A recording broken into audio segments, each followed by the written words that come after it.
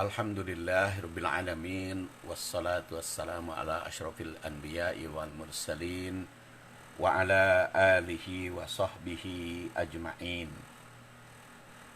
Kaum muslimin rahimakumullah, hari ini saya akan membahas fikih jinayat berkaitan dengan khamr dan judi.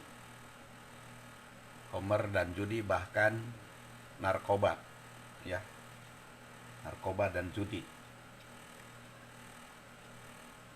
Hukum khamr dan judi dalam Al-Quran sudah jelas, dan dalam Al-Quran sering disandingkan antara khamr dan judi. Jadi selalu tidak terpisah, ya, atau seringnya menyatu antara khamr dan judi. Maka sekaligus ditegaskan haramnya. Kedua perbuatan jahat ini, tindak pidana ini, memang sangat berkaitan, baik perbuatannya maupun dampaknya. Maisir sangat merugikan harta yang kalah, sedangkan khamr membahayakan akal dan jiwa. Jadi kalau kesehatan yang dibina dalam kehidupan itu sehat jasmani, rohani, dan ekonomi. Nah, kedua perbuatan ini, khamr dan judi, memang yang membawa kesakitan, sakit jasmani, rohani, maupun ekonomi. Sakit jasmani ya akibat dari gangguan di dalam rohani, itu akan terkena juga pada jasmani. Ada istilah psikosomatik, kan? Jadi penyakit jasmani diakibatkan oleh gangguan rohani. Kalau ekonomi sudah jelas, khamr itu membawa gangguan terhadap ekonomi. Kan yang untung oleh khamr itu hanya penjual. Kalau pembeli mah pasti rugi. Judi juga yang untung kan bandar. Kalau pemainnya pasti rugi. Apalagi yang namanya judi itu kan kalau kalah penasaran, kalau menang ketagihan. Jadi itu tidak ada keuntungannya kalau judi itu. Kalau kalah penasaran, kalau menang ketagihan. Dan ini selalu, ya, dampak seperti ini akan terus menerus yang membuat derita umat. Dan maisir atau judi sangat merugikan harta yang kalah, sedangkan khamr membahayakan akal dan jiwa. Syariah menghendaki agar setiap mukmin itu sehat jasmani, rohani, dan ekonomi. Sedangkan khamr dan judi membahayakan kesehatan jasmani, rohani, dan ekonomi. Kita lihat pengertian khamr yang saya masukkan narkoba itu kepada golongan khamr. Jadi kalau ada tokoh, kalau tidak salah Pak Din Samsudin, ya, diwawancarai di TV, dia memasukkan narkoba itu harus ada fatwa khusus dan sebagainya. Kalau saya sih berpendirian narkoba itu masuk kepada golongan khamr. Nah, kenapa bisa pengertian seperti itu? Karena khamr itu sendiri kan berasal dari kata khomar, yang bermakna sataro atau menutup atau menutupi. Sedangkan khomaro itu berarti memberi ragi. Khomaro.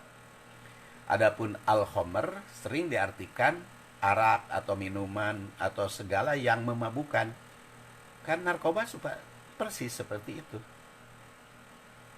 Hanya dulunya mungkin Homer itu diartikan pada kategori minuman saja, sedangkan narkoba itu kan ada diminum, ada diisap, ada disuntik, ada segala macam. Tapi kan sebetulnya Homer sendiri tidak diartikan, arti asalnya kan bukan hanya minuman, itu mencakup segala macam yang mengganggu akal, baik diminum, diisap maupun disuntikan. Bahkan menurut tafsir Al-Lubab itu terdapat empat sebab kenapa disebut Homer. Pertama, karena menutupi akal, dari kata khimer yang bermakna menutupi. Himar itu kan menutupi, wanita disebut memakai himer ke penutup, atau sering disebut juga hijab, himar itu. Kemudian pertama adalah menutupi, karena dia menutupi akal maka disebut Homer. Kemudian karena penutup tubuh maka disebut khimer, bermakna nutupi wanita. Kemudian yang ketiga, al-khomaru, yang berarti sesuatu yang bisa dipakai bersembunyi dari pohon dan tumbuhan, atau dengan kata lain semak-semak yang bisa bersembunyi, itu khomaru. Dan yang keempat, khomir, yang bermakna orang yang menyembunyikan janji, itu disebut khomir. Jadi kalau disebut khomer, yang menutupi akal, itu mencakup segalanya. Makanya Umar bin Khattab dalam suatu khutbahnya menegaskan, wal khomru ma khomarol akla. Homer itu segala sesuatu yang menutupi akal. Jadi itu mencakup, yang menutupi akal itu segala minuman, seperti minuman keras yang memabukkan, itu kan akalnya tertutup. Terus obat-obatan, baik yang dimakan ataupun disuntikan. Obat dimakan seperti ekstasi, yang dimakan itu ekstasi, itu kan dimakan langsung sakau, langsung mabuk. Atau disuntikan morfin dan lain sebagainya, atau dalam bentuk apapun yang bila digunakan mengakibatkan tidak berfungsinya akal, baik disuntik, dimakan, atau diisap, sehingga akalnya itu tidak berfungsi, yang diistilahkan memabukkan. Makanya istilah yang digunakan pernah dulu itu namanya naza, yaitu narkotik, alkohol, dan zat adiktif lainnya. Kemudian juga narkoba, singkatan dari narkotika, obat atau bahan berbahaya. Kemudian istilah juga pernah dikenalkan kan dulu Kementerian Kesehatan, ada nafza, yang merupakan singkatan dari narkoba,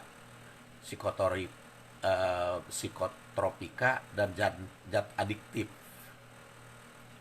Semua istilah ini, baik narkoba, nafza, itu mengacu kepada kelompok senyawa yang umumnya memiliki risiko kecanduan bagi pengguna.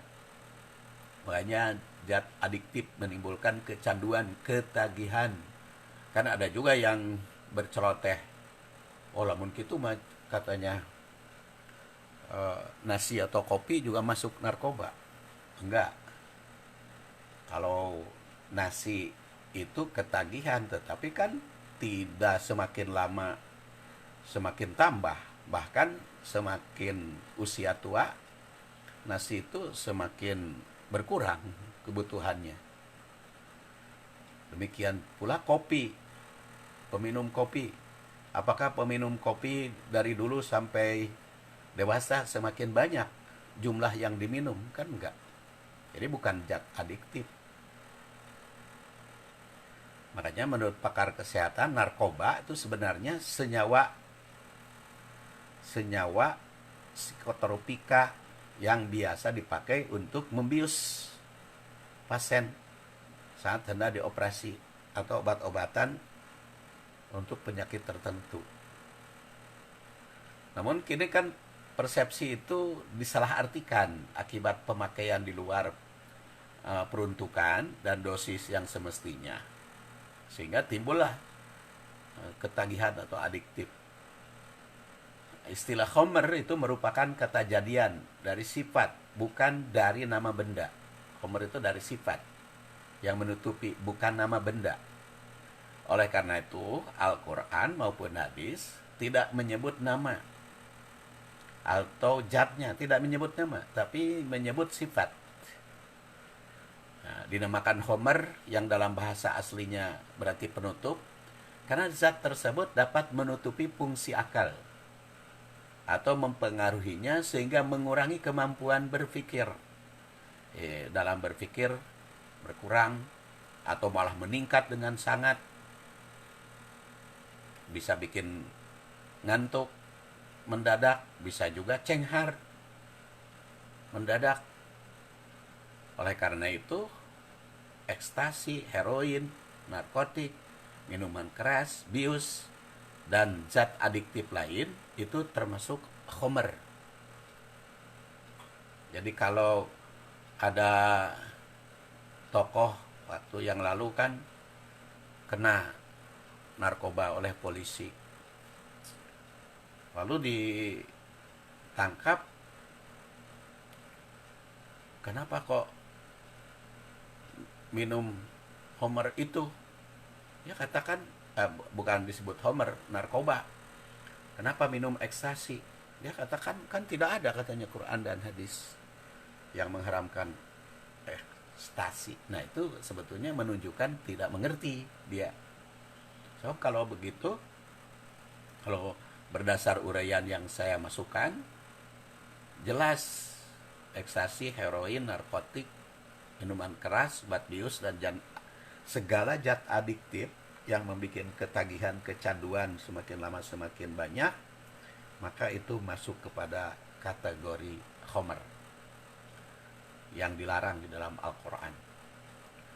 Bahkan Abdullah bin Baz almarhum ya, ulama Saudi dulu jadi ketua Wizaratul Ifta wal Irsad wa Da'wah di Saudi Arabia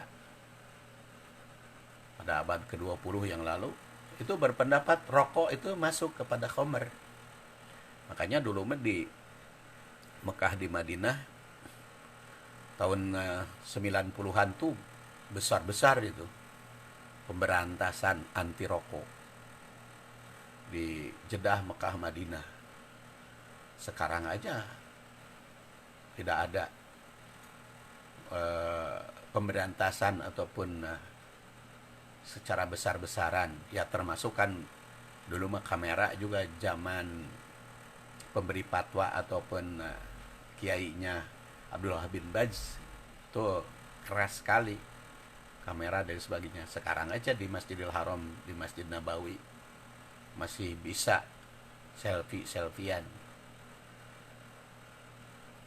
Tapi lumayan, Ramadan sekarang tidak ada yang selfie di Masjid Haram, Masjid Nabawi. Nah, jadi dulu Abdullah bin Baz itu masukkan rokok kepada Homer karena menurut beliau sama adiktifnya, sama berpengaruh kepada akal, sama membahayakan. Karena segala obat baik yang berupa makanan, minuman, hirupan atau suntikan yang menimbulkan gangguan kesadaran itu masuk kepada Homer oleh beliau. Dan Rasul SAW bersabda, kullu muskirin khomrun wa kullu khomrin haramun. Jadi segala sesuatu yang membuat mabuk atau membuat terganggu akal itu masuk kepada kategori Homer. Wa kullu khomrin haram, dan setiap Homer itu haram. Jadi apakah Abdullah bin Baz fatwanya itu benar ataukah tidak, rokok itu masuk kepada kategori muskir, itu tentu saja dia punya wewenang untuk berijtihad pada saat itu.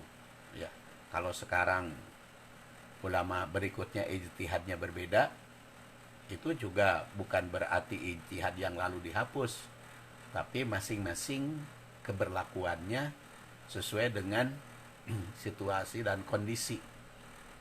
Dan ternyata sekarang kan sudah disadari di dalam rokok juga kan, setiap ada bungkus rokok, setiap iklan pasti kan ada di di lehernya itu bolong kan. Jadi cukup mengerikan itu iklannya. Tapi walaupun iklannya cukup mengerikan, tapi banyak orang semakin lama semakin ketagihan. Jadi kadang-kadang manusia teh dilarang malah dilaksanakan, itu kategori penyimpangan. Nah tadi kalau berdasar hadis ini jelas kullu muskirin khamrun wa kullu khamrin haram, dan itu tidak disebut barangnya, apapun yang menimbulkan memabukkan itu khamr, apapun ya, dan setiap khamr itu haram. Dari hadis dan asar tersebut ditarik kesimpulan bahwa segala sesuatu yang berakibat negatif pada kesadaran dan akal pikiran adalah khamr. Pada hadis dan asar itu, hadis itu sabda Rasul, kalau asar itu pendapat sahabat Umar bin Khattab. Umar bin Khattab itu juga ahli dalam bidang hadis dan sahabat Rasul. Jadi kalau dia berpendapat demikian, maka itu bersandarkan kepada apa yang ia pahami dari hadis Nabi.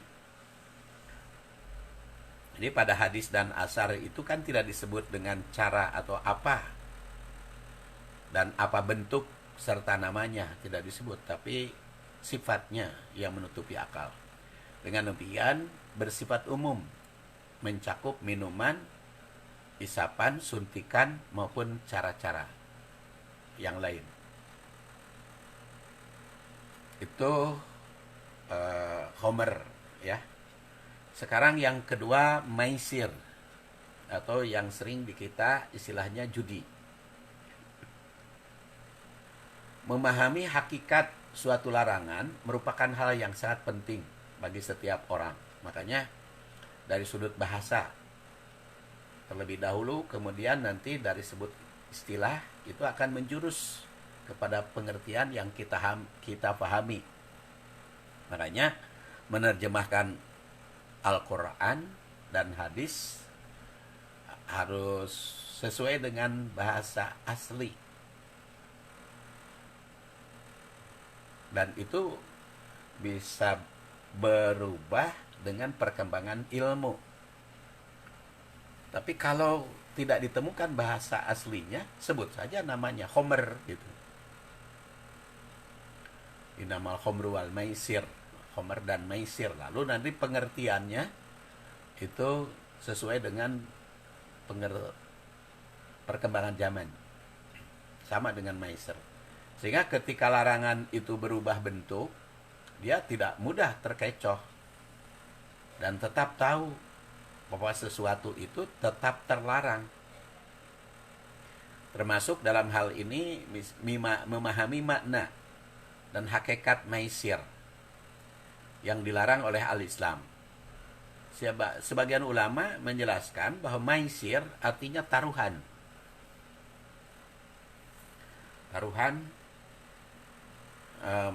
Al-Maki itu mengatakan al-maisir al-kimar bi ayyi nau'in kana. Maisir itu taruhan dengan cara apapun dan dalam bentuk apapun, dalam bentuk bagaimanapun.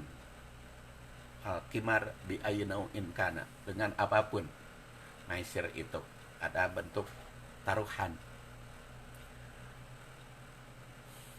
Kemudian Al-Mahali mengatakan suratul kimar al-muharram at-taraddud baina ayyagnam wa ayyagrom.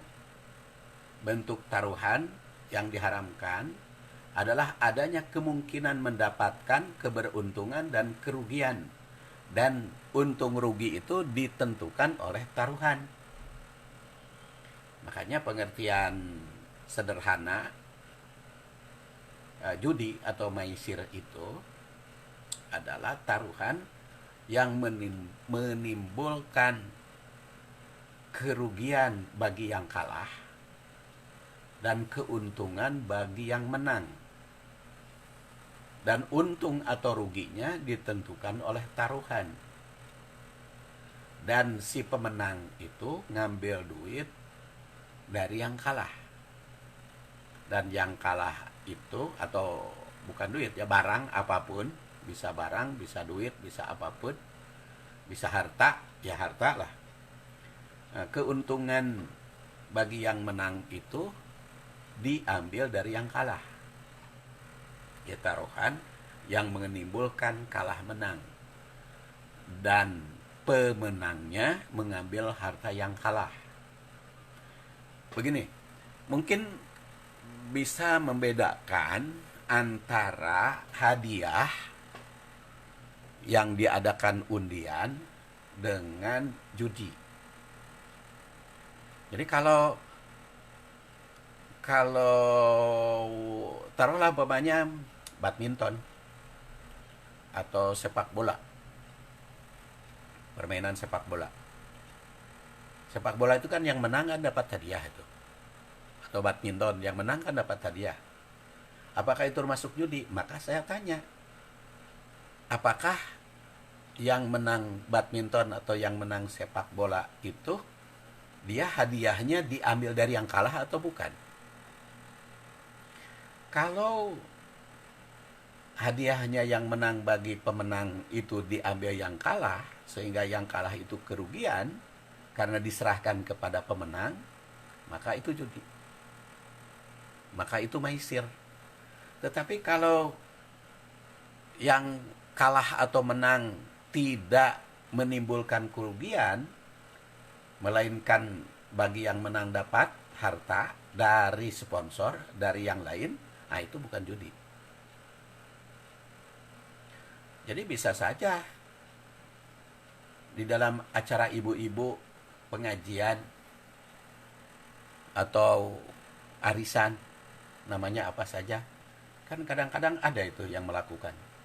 Jadi ketika ada pengajian atau kumpulan, semuanya dipungut uang 10.000 per orang.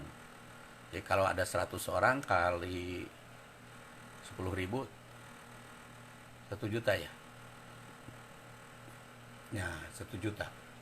Maka nanti diundi. Yang menang dapat 700.000. Kenapa jadi 700? Karena 300-nya untuk kas. Nah, itu saya masukkan kepada kategori judi. Kenapa? Karena yang kalah itu rugi, hilang 10.000. Yang menang dapat untung, dan menang dan kalah ditentukan oleh undian. Jadi walaupun sekecil apapun masuk kepada judi. Karena dipungut dari situ. Beda lagi dengan undian berhadiah. Nah, si pemenang itu dapat duit dari sponsor atau dari pemberi hadiah, bukan diambil dari yang kalah. Makanya di sini pengertian suratul Qimar al-Muharram at-taraddud baina ayagnam wa ayagrom, kalah maupun menang ditentukan oleh undian. Jadi ada ketentuannya, turaddu minal maglubin ilal golibin. Hartanya diambil dari yang kalah, diserahkan kepada pemenang. Dan menang dan kalahnya ditentukan oleh undian, bukan oleh prestasi. Bukan oleh prestasi. Beda dengan oleh prestasi. Kalau kan kalau sepak bola dengan badminton prestasi atau bukan ya, tapi ada unsur menang dan kalahnya yang tidak masuk kepada kategori dapat diramalkan atau ditentukan, makanya bisa bisa terjadi itu. Tapi kalau dengan prestasi berbeda, pemainnya dalam hal perlombaan yang memang sudah bisa diperhitungkan, karena pokoknya kalau Meiser mah ada unsur spekulasinya, ada unsur menang dan kalahnya itu sulit dibuktikan secara ilmiah. Ulama yang lain yang menjelaskan bahwa maisir mencakup taruhan atau bentuk yang lain yang memungkinkan untuk memberi keuntungan bagi pemenang dan merugikan bagi yang kalah. Jadi ketentuannya begitu. Jadi pemenang itu mengambil keuntungan dari yang kalah, dan menang dan kalah oleh taruhan. Tegasnya, judi itu suatu taruhan yang keuntungannya diberikan kepada yang meraihnya dan diambil dari yang kalah. Penentuan menang dan kalah ditentukan oleh taruhan, spekulasi, atau bukan prestasi. Kita kembali lagi kepada Homer, asal hukum Homer. Jadi karena seperti tadi saya katakan, antara Homer dan judi itu selalu beriringan. Al-Quran menggambarkan bahwa pada dasarnya apapun dari buah-buahan atau tumbuhan bisa dijadikan Homer asalnya. Oleh karena itu tidak terbatas pada ganja atau tanaman tertentu. Setiap penyalahgunaan tumbuhan itu mesti diwaspadai. Kita salah satu contoh dulu di katanya ya di Aceh atau di Padang, ganja itu kan bukan hal yang haram dulu nama, karena itu hanya merupakan bumbu masak atau lalaban biasa. Tapi karena sekarang disalahgunakan, sehingga menimbulkan homarol akla, sehingga menimbulkan gangguan akal, maka masuk kepada kategori homer ganja itu. Atau di Cianjur itu ada namanya teh Arab katanya. Dulu-dulunya kan itu komoditas. Di Cipanas itu kalau dijual ke Arab tuh harganya mahal sekali teh tersebut. Tapi karena sering disalahgunakan, dicampuri apapun, sehingga timbul sakau, maka masukkan kepada homer, makanya bisa dijadikan haram. Oleh karena itu ada juga ulah orang-orang tertentu yang ingin merusak ekonomi. Seperti dulu di Aceh itu kan dengan ganja itu menghasilkan penghasilan yang cukup besar, karena dulu nama bukan dipakai homer ganja itu, hanya dipakai kecantikan atau obat-obatan tertentu. Maka itu menjadi pemasukan ke negara yang begitu hebat. Maka ada oknum mencontohkan menyalahgunakan jadi homer. Jadi bisa saja nanti semakin lama jadi semakin menjadi homer apapun. Rokok juga dulu nama kan bako itu untuk alat-alat atau obat-obatan kecantikan. Tapi karena sekarang difungsikannya jadi diisap, jadi ada barang makruh, ada yang mengatakan makruh rokok itu, ada yang mengatakan haram ya. Kalau yang mengatakan halal murni mah nggak ada antara makruh dan haram, dan makruh itu bukan berarti tidak dilarang. Dan dalam surat An-Nahl dikatakan ayat 67, wa min samaratin nakhil wal a'nab tattakhiduna minhu sakaran wa rizqan hasanan inna fi dzalika laayatan liqaumi yaqilun. Nah, dari buah-buahan, korma, anggur, Dan buah-buahan yang lain itu bisa saja tattakhiduna minhu sakaron, menjadi barang memabukkan dari apapun, dari buah-buahan dan daunan atau apapun bisa menimbulkan sakaron, wariskon hasanan, dan bisa juga dijadikan rezeki yang baik. Inna fi dzalika la ayatan liqaumi ya'qilun. Dan di dalam hal itu semua menjadi ayat bagi orang-orang yang berakal, orang-orang yang berpikir. Jadi kalau berdasar ayat ini jelas apapun bisa dijadikan homer, bisa dijadikan barang yang memabukkan, atau bisa juga dijadikan rizkon hasanan, tergantung penggunaannya. Jadi bisa menimbulkan barang yang haram, bisa juga menimbulkan barang yang halal. Jadi menurut ayat ini buah-buahan atau tanaman atau sayuran atau daunan bisa dijadikan khamar, bisa juga dijadikan rezeki yang baik.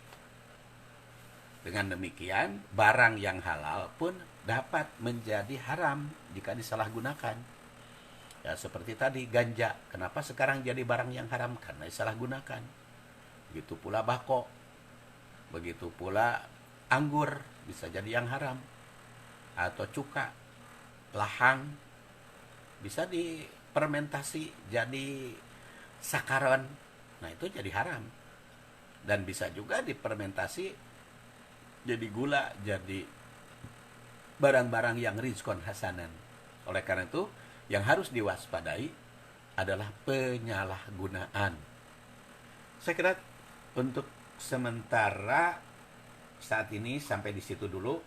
Insya Allah nanti akan kita bahas bagian D, hukum penyalahgunaannya. Kita akhiri. Subhanakallahumma wa bihamdik, asyhadu an la ilaha illa anta, astaghfiruka wa atubu ilaik. Wassalamualaikum warahmatullahi wabarakatuh.